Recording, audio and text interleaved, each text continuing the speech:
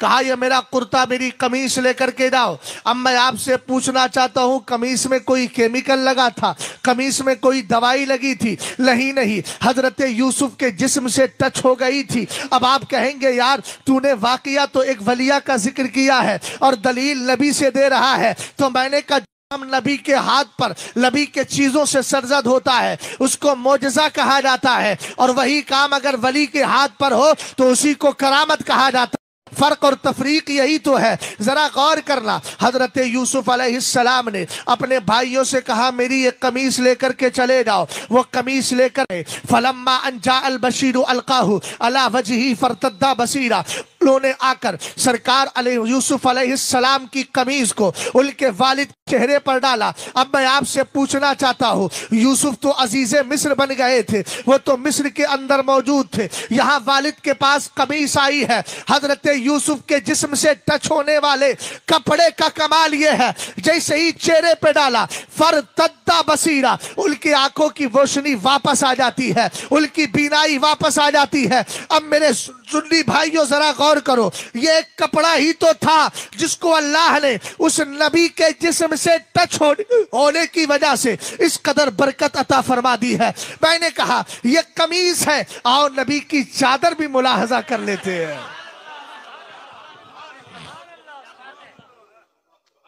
اچھا ایک سوال میں آپ سے کرتا ہوں، کرتا زیادہ پہنا جاتا ہے یا چادر؟ جلدی بولو. حضرت یوسف کے کرتے سے جو کچھ ہوا وہ یوسف علیہ السلام کا معجزہ ہے بلا شبہ. اور ہم لا نفرق بین احد من، ہم کسی نبی پر ایمان لانے میں تفریق نہیں کرتے، سارے نبی اور رسول ہمارے سروں کا تاج ہے. ورنہ تو ایک کا بھی انکار سب کا انکار ہے، بندہ مسلمان کیا مومن ہو ہی نہیں سکتا. بات سمجھ گئے؟ لیکن جو کرتا زیادہ پہنا جاتا ہے اس کے مقابل میں چادر کم اوڑی جاتی ہے. سرکار کی چادر تطہیر کی بات میں کر رہا ہوں. حضرت عائشہ صدیقہ رضی اللہ تعالی عنہ فرماتی ہے ایک دن سرکار علیہ السلام قبرستان تشریف لے گئے. حضور کی مبارک چادر کو میں نے اوڑھ لیا، جیسے ہی اوڑھا نا موسلا دھار بارش پر بارش، بارش پر بارش، بارش پر بارش. اتنے میں سرکار علیہ السلام قبرستان سے تشریف لائے، حضور کے سینے مبارک پر ہاتھ پھیرا، آپ کی ریش مبارک کو چھوا. چھونے کے بعد کہنے لگی اے میرے آقا بارش کے قطرے آپ کے چہرے پر نظر نہیں آتے، ابھی تو موسلا دھار بارش ہو رہی تھی. آقا کریم علیہ السلام نے فرمایا اے عائشہ یہ بتاؤ تم نے اوڑھا کیا ہے؟ کہا آپ کی مبارک چادر کو اپنی اوڑھنی بنا لیا ہے.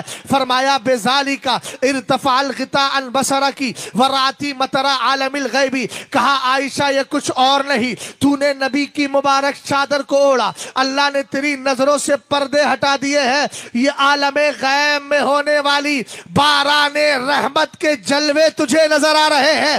ہم نے کہا یہ کمال ہے میاں، سرکار کی مبارک چادر کو حضرت عائشہ اوڑھ لے تو نظروں سے پردے ہٹا دیے جائے. ارے میاں کیوں نہ ہٹائے؟ اس لیے کہ جب نبی کے امتی خواجہ عثمان ہارونی کا عالم یہ ہے کہ دو انگلیوں کے بیچ سے آسمان و زمین کے منظر دکھا دیتے ہیں، تو یہ تو مدینے کے تاجدار ہیں، سارے نبیوں کے سردار ہیں. خلق سے اولیاء، اولیاء سے رسول، اور رسولوں سے اعلیٰ ہمارا نبی. ہم نے کہا یہ مصطفیٰ کی چادر پاک کا کمال ہے، نظروں پہ پڑی عالم غیب میں ہونے والی باران رحمت کے جلوے نظر آ گئے ہیں.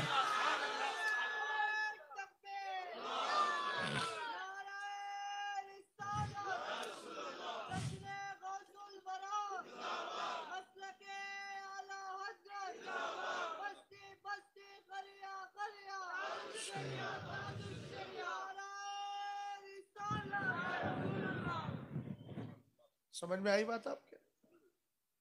یہ اللہ والوں کا کمال ہے. افراد سمجھ گئے؟